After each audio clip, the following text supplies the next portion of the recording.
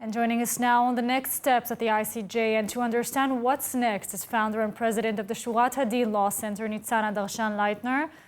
Nitsana, what should we expect the ICJ to rule on Friday, really tomorrow? What are we going to hear?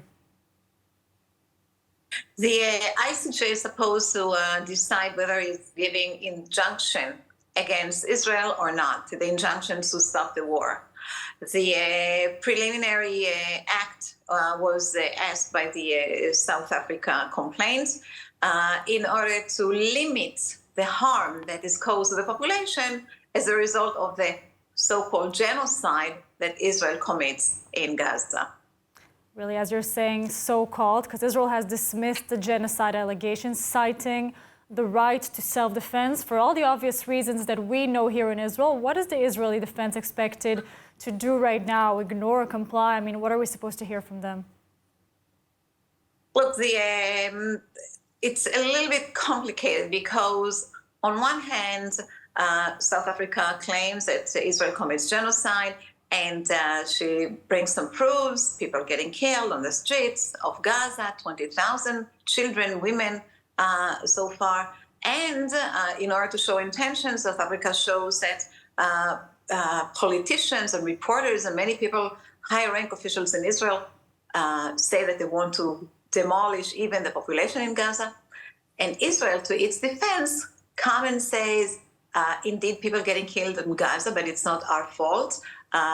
We are aiming only against military targets, but since Hamas covers and surrounds himself with populated population and using them as human shields, there are inevitably people getting killed in Gaza. And we have no intention, because we went into a war that was forced upon us by a massacre occurred in October 7th. It is a self-defense war. Israel does not want this war. And the fact that Hamas keeps threatening that it will do it again, Israel does not have a choice but to go into Gaza and clear out the area from the terrorists. Now, if it was a normal court, you would agree with me that the judges will rule out the possibility of a genocide. But this is a political court. This is a court that contains judges that were appointed by states, which the majority of them do not like Israel.